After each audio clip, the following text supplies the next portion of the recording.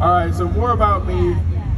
My family on my father's side is from a small town in Ohio. It's actually the smallest town. It's called Rendville. And I've recently, population 2002, it was about 35 people. So I have it as 55 now, but that's still up for debate. That's a good question.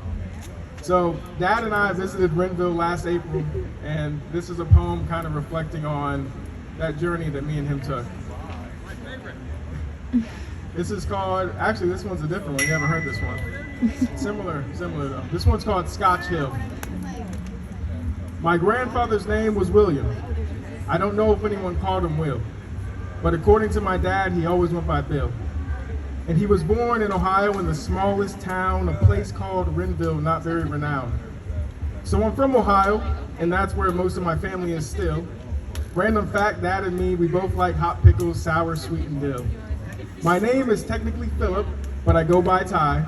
And my father's name is Phil, but it's technically Raul, but don't ask him why. Philip means lover of horses, and I guess so does Phil. I don't like driving as much as him, but I have to if I will. I'd much rather press my cheek and frost up the passenger windowsill. So that's what I did last April when Dad drove us to Rendville. We drove past great rolling fields and tired, rusty old mills.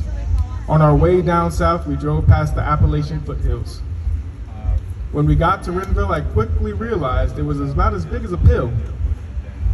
The Preston side of my family used to live there until Great-Granny Preston passed away before she became ill.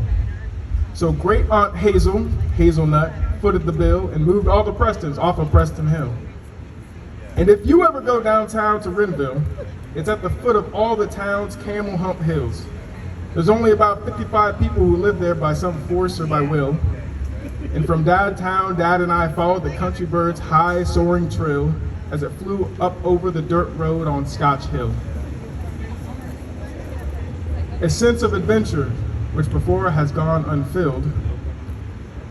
The skinny forest trees, scraggly toothpick giants skirted the rocky edges in a frill. There were ruins of homes, now rendered houses, and I wondered to whom they were willed. I saw an abandoned tetanus trailer and a tractor that used to till, choked with wiggly weeds that the sun couldn't kill.